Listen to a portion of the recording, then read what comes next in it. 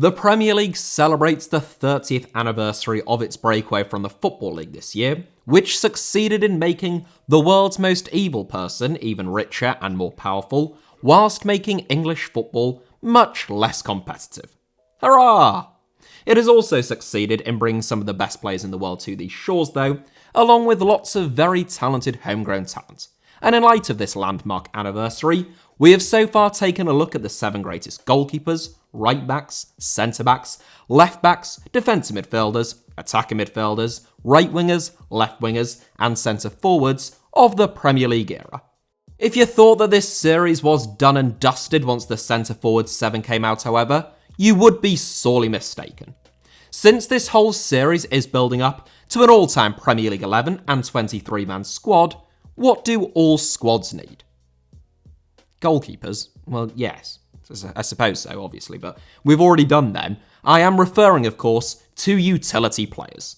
Footballers who can slot in to a plethora of different positions when called upon and be relied upon to do a solid, if not very good job. Almost every Premier League title-winning team has one, and their importance ought not be downplayed. It should be said that a utility player and a versatile player are not the same thing, albeit there tends to be rather a large overlap between the two. Yaya Toure, for example, was capable of playing in just about any position, making him exceptionally versatile. But he only ever really played in holding, central or attacking midfield in the Premier League, so though he could have been a great utility player, he wasn't. There are also players like Dion Dublin, who played as both a centre-forward and as a centre-back, expertly might I add, and Gareth Bale, who went from playing as a left-back to on the left wing and eventually on the right wing, who were excellent multi-position footballers, but they converted positions during their careers and found new roles, rather than being utility players who are able to slot into several different positions for a number of years. Yes, I know, it is a long intro, you don't have to tell me in the comments. Quality and quantity of performances in the Premier League, along with their utilitarian credentials, not the philosophical doctrine I should stress, is the criteria in question. I also won't be including any players like Wayne Rooney, who featured in any of the specific positional sevens. Here are, in my view, and in my view only, the 7 greatest utility players of the Premier League era. 7th, Jeremy. For some utility players, their versatility can be a curse as well as a gift. Cameroon legend Jeremy is the ultimate utility player in some respects, given that it would be quite difficult to pinpoint his strongest position. He honed his versatility between 1999 to 2002 at Real Madrid, where, especially as a youngster, first-team opportunities were always likely to be at a premium. Jeremy played 76 games for Real Madrid, primarily at right-back or in midfield, before becoming one of a raft of big-name signings made by Chelsea in the summer of 2003, when Roman Abramovich arrived at Stamford Bridge. Jeremy went on to play 147 games in the Premier League, winning 2 Premier League titles at Chelsea under Jose Mourinho, before tasting relegation at Newcastle United. During that time, Jeremy played as a right-back, left-back, right-sided midfielder, left-sided midfielder, right winger, and in both holding and central midfield. Jose Mourinho was once quoted as saying, "In my team, I love to have Jeremy on the bench, because he's a low-profile player who is ready to help, ready to fight for the team, ready to do the job I want him to do. If I need him to play right-back, he can play right-back. If I need him to play right winger, he can play right winger. If I need him to pick up a man and mark him out of the game, he does it." End quote. That was great for Mourinho, but slightly less so for Jeremy, who wanted to start games rather than sit on the bench, and he eventually became frustrated with his lack of starts at the Bridge. One place where Jeremy almost always used to start was on international duty, where he won 118 caps for Cameroon, and in addition to his versatility, Jeremy was also renowned for his occasional thunderous free kicks. 6th, Phil Neville. Phil Neville's natural position, and strongest position, was probably actually right back, but his brother Gary, 2 years his senior, already had the right back spot nailed down in the Manchester United team by the time that Phil broke through under Alex Ferguson. Phil was never blessed with great pace or technique, and he was a more gifted and talented cricketer during his teenage years than he was footballer. Nonetheless, he had a fantastic appetite for the sport, and he ended up enjoying an 18-year career, all of which was spent in the Premier League.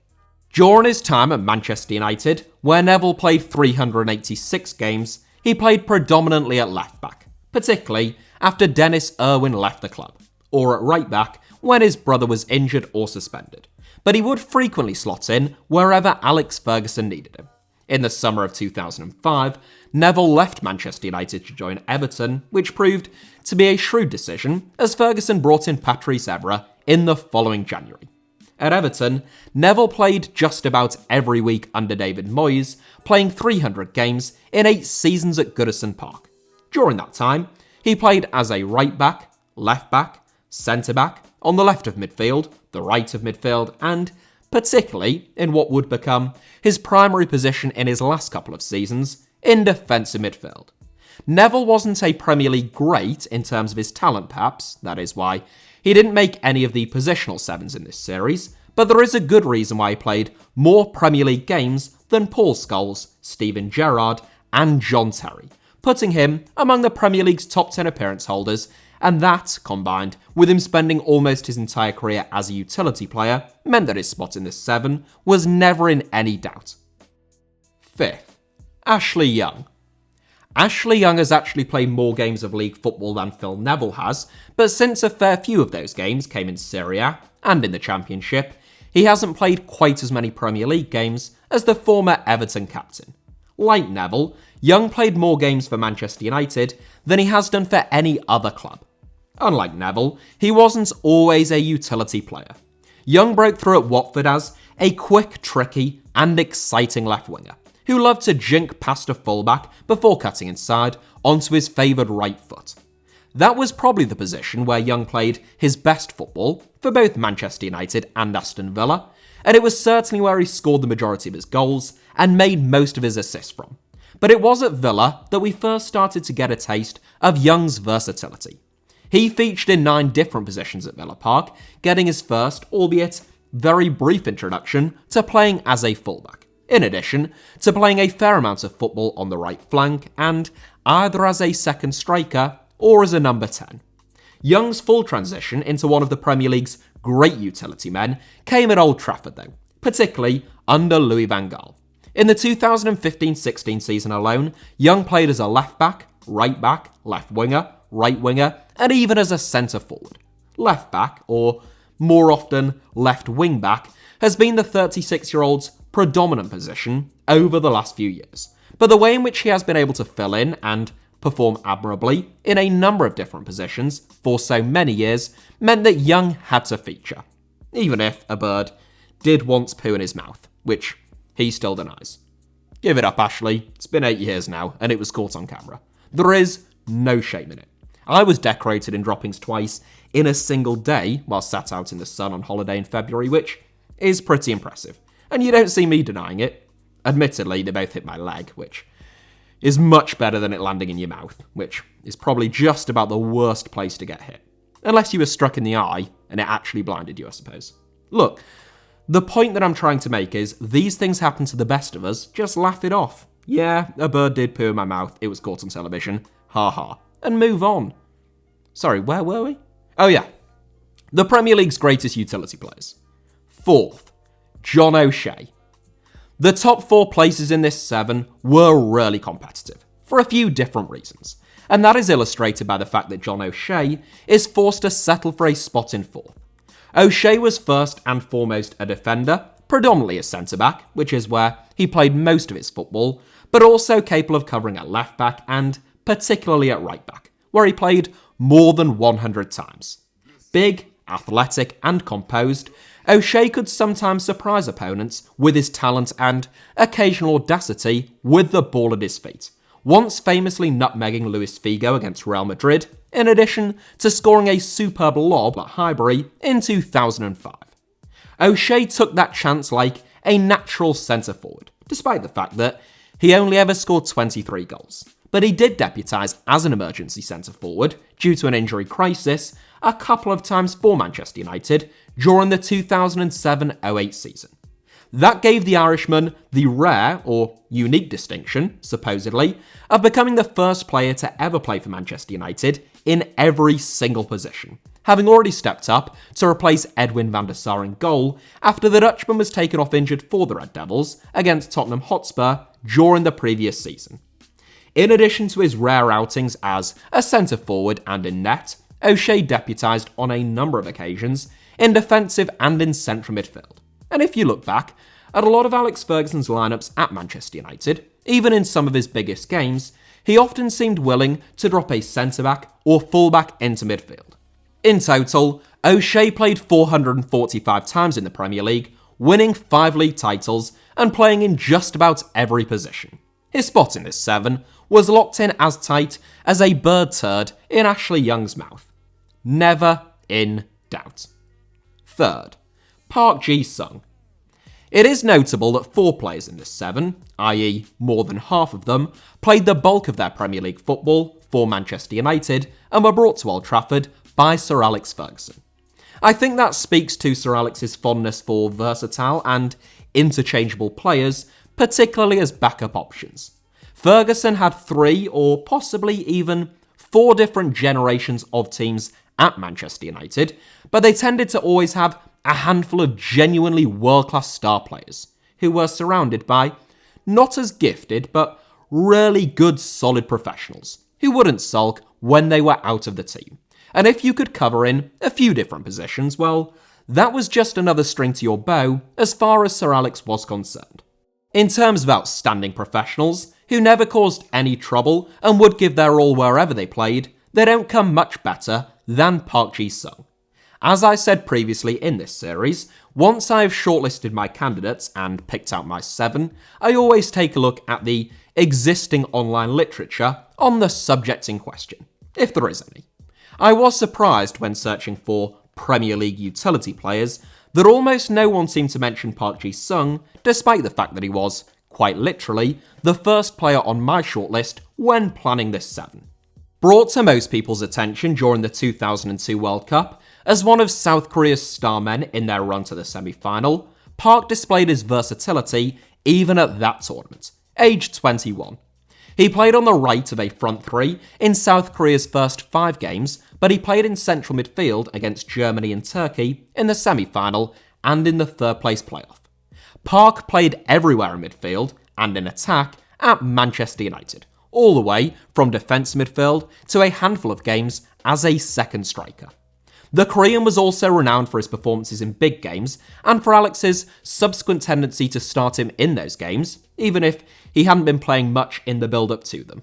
Oftentimes, in those games, Park wouldn't necessarily play in a specific position at all, but would instead be instructed simply to neutralise an opponent, whether that be Andrea Pirlo or Lionel Messi.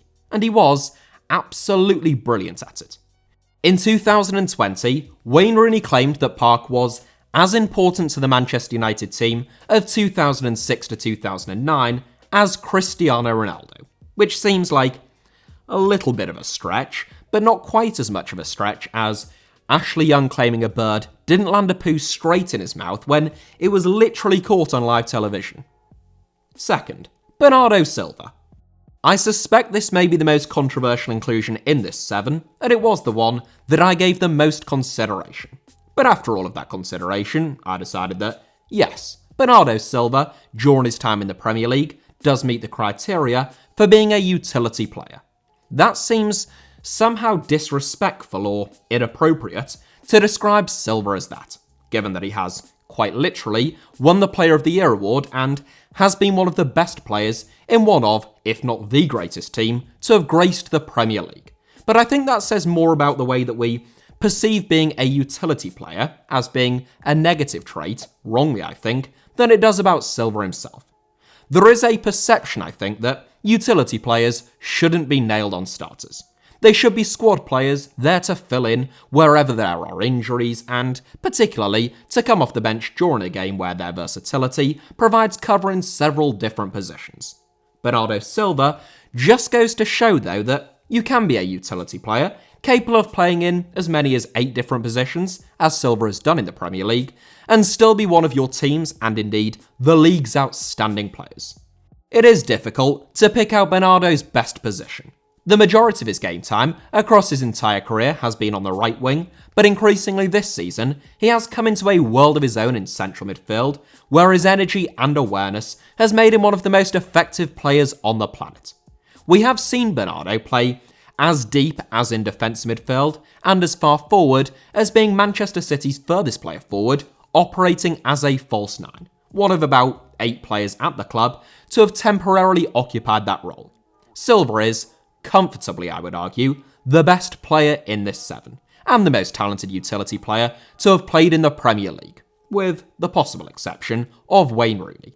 But he has to settle for a spot in second because he has only played 160 Premier League games, and the man up next has played in even more positions than him. First, James Milner.